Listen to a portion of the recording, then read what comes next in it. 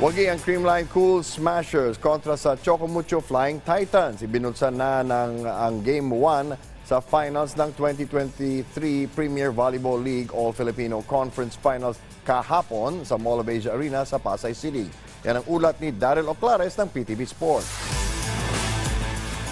Isang panalo na lamang ang kinakailangan ng Creamline Cool Smashers para madepensahan ng kanilang titulo para sa All-Filipino Conference. Ito ay matapos nilang talunin ang Chocomucho Flying Titans 25-23, 19-25, 26-24 at 25-22 para maibulsa ang Game 1 noong Huwebes sa Mall of Asia Arena sa kanilang Best of 3 Finals sa Premier Volleyball League. Nanguna para sa Cool Smashers sina Tots Carlos at Gemma Galanza na parehong nakakolekta ng 16 points. Samantalang 11 markers naman ang naiambag ng team captain na si Alyssa Valdez. Ayon kay Creamline head coach Sherwin Meneses, hindi naging madali ang pagharap nila sa Flying Titans na nagawa ring makipagsabayan sa Cool Smashers.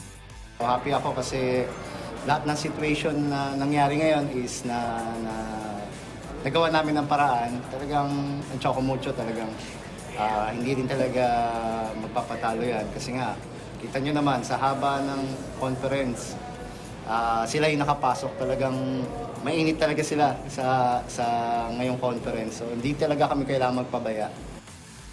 Para naman kay Valdez, team effort ang naging susi para magawa nilang maipanalo ang crucial na Game 1. Honestly, I'm very proud of everyone kasi lahat nagsi-step up talaga. Kahit sinong ipasok ni Coach, kahit nga ata si Coach Juan.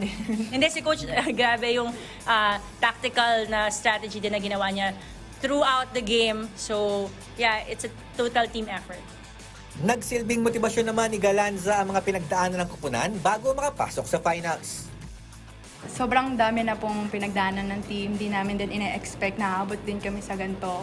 So, ayaw lang namin din na masayang yung lahat ng pinagpaguran namin. And lahat din talaga na nag-step up sa team. So, talagang ilalaban namin to hanggang dulo. Samantala, naibulsa naman ng Signal HD Spikers ang unang laro para sa Battle for Bronze kontra sa Cherry Tigo Crossovers 25-19, 21-25, 25-15 at 25-20. Gaganapin naman ang Game 2 ng parehong serye sa darating na Sabado sa Smart Araneta Coliseum. Daryl Oclares para sa Bayan.